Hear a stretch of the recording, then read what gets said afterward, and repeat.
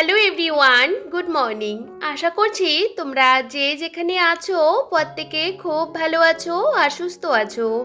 আমার আজ আরও একটি নতুন ব্লগে তোমাদের সকলকে জানাই অনেক স্বাগতম। আজকের দিনটা ছিল মঙ্গলবার আর এখন ঘড়ির কাঁটাতে সকাল 6টা মতো বাজে।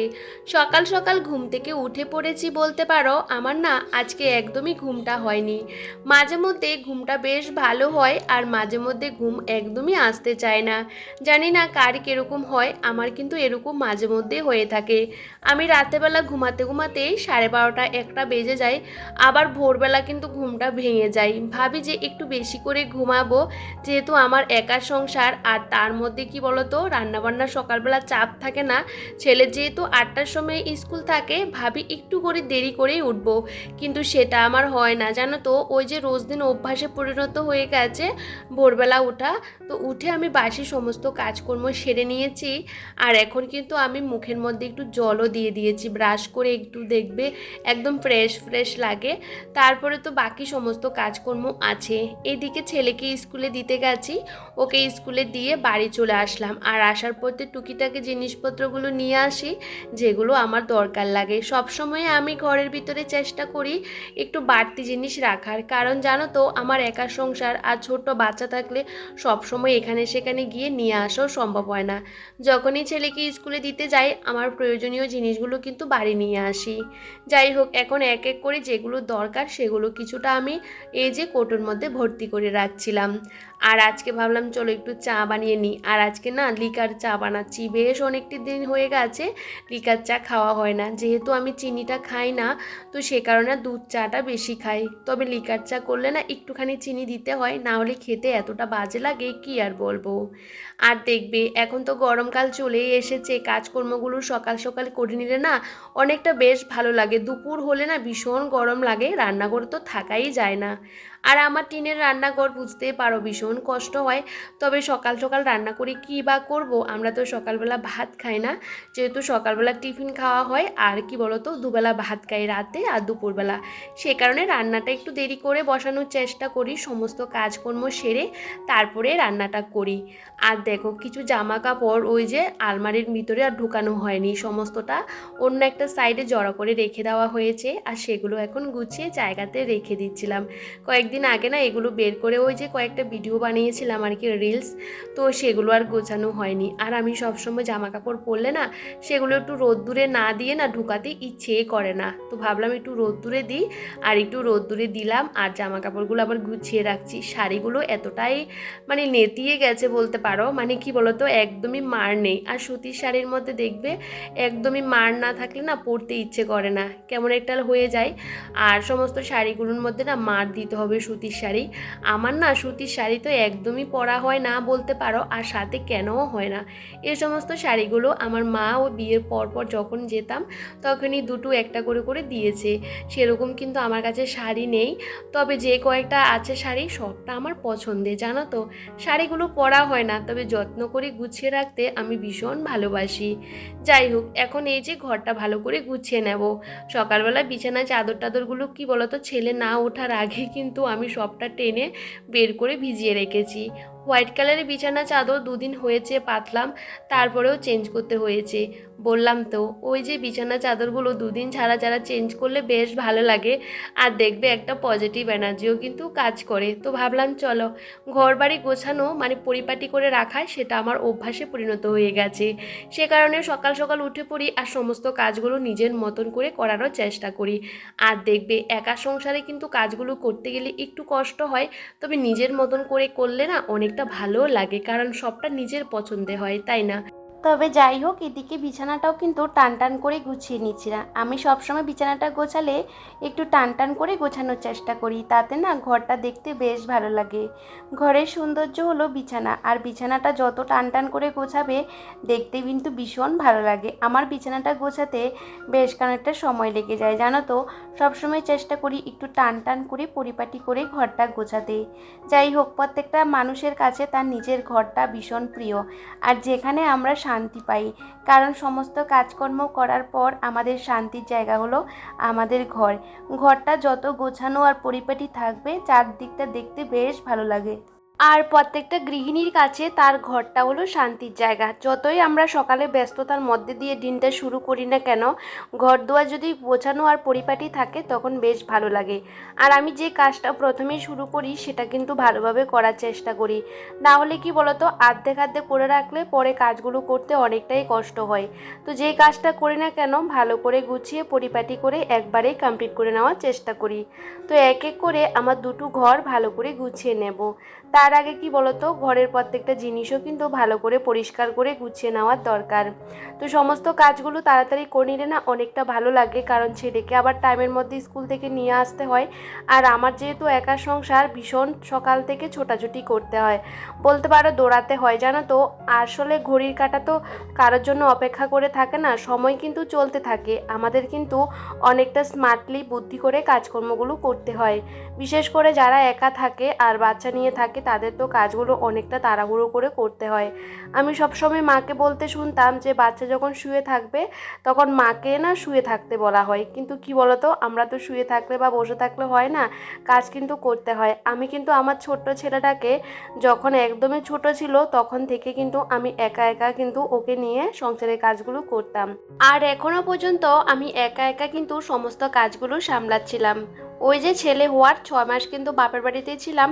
বাপের বাড়ির থেকে এসে কিন্তু আমি আবার একা হয়ে পড়েছি, যেহেতু আমার বড় কিন্তু আমার সাথে থাকতো না। এখনও যেরকম ওই যে বাইরে জব করে সেরকম কিন্তু ও কিন্তু না হওয়ার আগে থাকতে কিন্তু বাইরে বাইরে থাকতো। আর সে কারণে আমার কিন্তু ডক্টর দেখানো হতো, সমস্ত কাজগুলো কিন্তু আমি একাই করেছি। জীবনে না ওই কথাগুলো আমি কখনোই ভুলতে পারবো না, যে আমি কতটা কষ্ট করে আজকে এই সংসারে পড়ে আছি। বিশ্বাস করো, সংসারটা এমন একটা জিনিস, একবার মায়া পড়ে গেলে না সে মায়া কিন্তু কখনোই ছাড়া যায় না। তবে কিন্তু কি বলতো, নিজেকেও একটু সময় দেওয়ার দরকার। আমি না ওই কথাগুলো তো জীবনে ভুলতে পারবো না। মানুষ বলে না অতীত কখনো ভোলা যায় না, আমারও কিন্তু এই অতীতগুলো আমি কখনোই ভুলতে পারবো না। তবে ওই দিনগুলোর কথা মনে পড়লে না আমার এখনও পর্যন্ত চোখ দিয়ে জল গড়িয়ে গড়িয়ে পড়ে, কিন্তু কাউকে প্রকাশ করতেও পারি না, কারোর সাথে শেয়ারও করতে পারি না। তবে তোমাদের সাথে এই কথাগুলো শেয়ার করতে আমার বেশ ভালো লাগে। অনেকে আমাকে জানতে চাও যে তুমি তো পুরো একা, বাচ্চাকে নিয়ে কিভাবে বাড়িটার মধ্যে থাকো, চারপাশে সেরকম বাড়িঘর নেই। আসলে কি বলতো, বাড়িঘর আছে আমাদের সামনের জায়গাটার মধ্যে, ওই যে সমস্তটা খালি প্লট সমস্ত বিক্রি হয়ে গেছে। তবে আশেপাশে মানুষের লোকজনের বাড়িঘর আছে, তবে এখানে তো কারো বাড়িতে কেউ যায় না। আর সেরকম কথাবার্তা ওই যে রাস্তাঘাটে বেরোলেই কথা হয়। এমনিতে কারো বাড়িতে যেহেতু কেউ আসা যাওয়া করে না, সেরকম ওই যে আমিও কিন্তু কারো বাড়িতে যাইও না। আর রাস্তাঘাটে বেরিয়ে কারোর সাথে কথা বলতেও আমার ভালো লাগে না। আমি মনে করি বাড়িতে থাকা কিন্তু অনেকটা ভালো, কারণ রাস্তাঘাটে বেরোবো, 10 জনের সাথে কথা বলবো, এই কথা সেই কথা, আর কথার মধ্যে কিন্তু অনেক কথাই কিন্তু বেরিয়ে আসে। সেই জন্য আমি সবসময় কিন্তু আমার মতন করে থাকতে আমি ভীষণ পছন্দ করি। আর সেরকম কিন্তু বাইরে বেরিয়ে কারোর সাথে সেরকম আমার কথা হয় না। যখনই রাস্তাঘাটে বেরোই বা ছেলেকে নিয়ে, তখন ওই যে টুকিটাকি কথাবার্তা হয়। যাই হোক, আমাদের বাড়ির সাথে কিন্তু বাড়ি আছে, এই যে দেখতে পাচ্ছ এটাও কিন্তু একটা বাড়ি, আর এটাতেও কিন্তু লোকজন থাকে। তবে যাই হোক, এদিকে তোমাদের সাথে কথা বলতে বলতে আমি ঘর দুয়ারগুলো ভালো করে পরিষ্কার করে এখন চলে আসলাম বাইরের জায়গাটা ঝাড় দিতে। আসলে কি বলো তো, বারান্দার মধ্যে না প্রচণ্ড পরিমাণে মশা বসে। সকালবেলা ওই যে ভোরবেলা উঠেছিলাম তখন ডিমের খোসাগুলো জ্বালিয়ে দিয়েছিলাম, তো সে কারণে সেগুলো দেখো পুড়ে একদম ছাই হয়ে গেছে। তো দেখো সবটা ঝাড় দিয়ে এখন বাইরের দিকে ফেলে দিয়েছি। আর এখানে কিন্তু আমি ফুল গাছগুলোকে কেটে ভাবলাম পরিষ্কার করব, তবে আজকে আর সময় পাবো না, কারণ একটু বৃষ্টি হলে জানো তো ফুল গাছগুলো অনেকটা বড় হয়ে যায়। আর চারপাশে ঢালা টালা বেরিয়ে না প্রচণ্ড কিরকম একটা হয়ে যায়। আর যেহেতু ফুল গাছগুলো অনেকটা বড় হয়ে গেছে, তো ভাবলাম সে ডালাপালাগুলো কেটে একদম ছোট করে দেব। তার আগে এই যে বাইরের জায়গাটা একটু ঝাড় দিয়ে নিচ্ছিলাম। তবে জানো তো, ঝাড় আমি সবসময় কিন্তু অনেকটা বার করে দিই, কারণ আমার এই ছোট্ট ছোট্ট জায়গাগুলো ঝাড় দিতে ভীষণ ভালো লাগে। আর সবসময় একদম পরিপাটি করে রাখার চেষ্টা করি। বাইরে যেহেতু প্রচুর হাওয়া দেয়, সে কারণে গাছ থেকে পাতা টাতা কিন্তু পড়তে থাকে, আর সে কারণে এখন কিন্তু অনেকটা বার করে ঝাড় দিতে হয়। তবে জানো তো, এই ছোট্ট ছোট্ট জায়গাগুলো কিন্তু আমি অনেকটা বার করে ঝাড় দিই। তবে আজকে আর ভালো করে ঘাস টাসগুলো পরিষ্কার করতে পারিনি, কারণ কি বলতো, ছুটির দিনে সে কাজগুলো করব। যাই হোক, এখন বাইরের জায়গাটাও ভালো করে ঝাড়টার দিয়ে নিচ্ছিলাম। আর আজকে ভাবলাম একটু স্কিন কেয়ার করব, কারণ জানো তো সংসারের কাজকর্মের মধ্যে এমনভাবে পড়ে আছি, নিজের যত্ন করতেও আমরা অনেক সময় ভুলে যাই। তবে আমি মনে করি নিজে যদি ভালো থাকতে পারি তাহলে আমরা অন্যকেও ভালো রাখতে পারবো। পারবো, তাই না? আর দেখবে আমরা যেরকমই হই না কেন, স্কিনটা যদি ভালো থাকে তাহলে মন থেকে না অনেকটা ভালো লাগা কাজ করে, তাই না? আমি সব সময় কিন্তু কাঁচা দুধ দিয়ে কিন্তু আমার স্কিনটাকে ভালো করে কিন্তু আমি ক্লিন করে নিই। কাঁচা দুধ কিন্তু এই যে মুখের জন্য ভীষণ ভালো, প্রচণ্ড পরিমাণে হেল্প করে যে স্কিনটাকে ভালো করে পরিষ্কার করতে। তো আজকে না চালের গুঁড়ো আর ডাল সবসময় আমি পেস্ট করে রাখি, আর না হলে কিন্তু আমি গুঁড়ো করে ওই যে ফ্রিজের মধ্যে পাউডার করে রাখি, মাঝে মধ্যে কিন্তু ওইটা দিয়ে স্ক্রাব করে নিই আর কি। তবে সেটা শেষ হয়ে গেছে, তো আজকে দিলাম বেসন আর কাঁচা দুধ দিয়ে ভালো করে মুখের মধ্যে অ্যাপ্লাই করে ওটা কিন্তু মুখের মধ্যে রেখে দেব, কারণ যতক্ষণ শুকাবে না ততক্ষণ কিন্তু ওটা ধুবো না। তার মধ্যে আমি ঘর দুয়ার কিন্তু ওই যে ভালো করে মোছামুছির কাজ কমপ্লিট করে তারপরে বাইরের জায়গাটা একটু পরিষ্কার করেছিলাম, যেখানে বাসনপত্র ধুই সেখানে না ওই যে দুদিন পর পর ভালো করে ডোলে পরিষ্কার করতে হয়, না হলে কীরকম একটা শ্যাওলা পড়ে থাকে আর কি, আর দেখতেও ভালো লাগে না। আর যেহেতু বাইরে বাসন ধোয়া হয় আর জায়গাটা যদি পরিষ্কার না রাখি তাহলে সেখানে বাসন মাজতেও ভালো লাগে না। যাই হোক, এদিকে দেখো কাঁচা ধোয়া করলাম আর সবটা এখন বাইরে রোদ্দুরে দিয়ে দিয়েছিলাম। সকালবেলা ভিজিয়ে রেখেছিলাম, ভাবলাম ভালো করে ভিজলে না কাজটা অনেকটা সুবিধা হয়। মশারিটাও কিন্তু আমি ভালো করে কেচে দিয়েছি, আর হালকা মশারিগুলো শুকাতে বেশিক্ষণ সময়ও লাগে না। যাই হোক, এদিকে সমস্ত কাঁচা ধোয়াগুলো করে ঠাকুরের জায়গাটা পরিষ্কার করব। আর এই যে ঠাকুরের জামা কাপড়গুলো সমস্ত কিছু ধুয়ে বারান্দার মধ্যে কিন্তু আমি ছড়িয়ে দিয়েছি। ঠাকুরের জামা কাপড়গুলো আমি সবসময় বারান্দার একটা সাইডে কিন্তু রোদ্দুরে দেওয়ার চেষ্টা করি, কারণ যেখানে সেখানে ঠাকুরের জামা কাপড় রোদ্দুরে তো দেওয়া যায় না, তো সে কারণে এখানে দিই। আগে না জানালার মধ্যে দিতাম, জানালা গ্রিলের মধ্যে দিতাম। ছেলে যেহেতু ওখানে বসে অনেক সময় খেলা করে, তো সেই হাতু আমি ওখানে আর দিতে পারি না। এখন জায়গাটা চেঞ্জ করা হয়ে গেছে। যাই হোক, ঠাকুরের জায়গাটা ভালো করে পরিষ্কার পরিচ্ছন্ন করে অন্য একটা কাপড় পেতে দিয়েছিলাম। আসলে ঘরের ভিতরে তো ঠাকুর রাখা হয়, সে কারণে কিন্তু মাঝে মধ্যে ঠাকুরের জায়গাটা পরিষ্কার করতে হয়, কারণ জামা কাপড়গুলো ওই যে কাপড় টাপড়গুলো পাতা থাকে না, কীরকম একটা ধুলো পড়ে থাকে, তখন আর ভালো লাগে না, জানো তো। কবে যে আমার আলাদা একটা ঠাকুরের জায়গা হবে জানি না, তবে ইচ্ছে অনেক কিছুই থাকে, তবে সবটা করতে গেলে অনেকটা ধৈর্যেরও প্রয়োজন হয়। যাই হোক, এদিকে আমার ঠাকুর পুজোটাও দেওয়া হয়ে গেছে, আর গাছে কিন্তু এখন বেশ সুন্দর সুন্দর ফুল ফুটে, বেশ ভালো লাগে। আর জানো তো, পুজো করতে আমার কিন্তু বেশ খানিকটা দেরি হয়ে গেছে। এদিকে পুজোটা করে আমি গেছিলাম ছেলেকে আনতে। আজকে ছেলেকে আনতে আনতে আমার দেরি হয়ে গেছে, বাড়ি আস্তে আস্তে 11টা বেজে গেছে।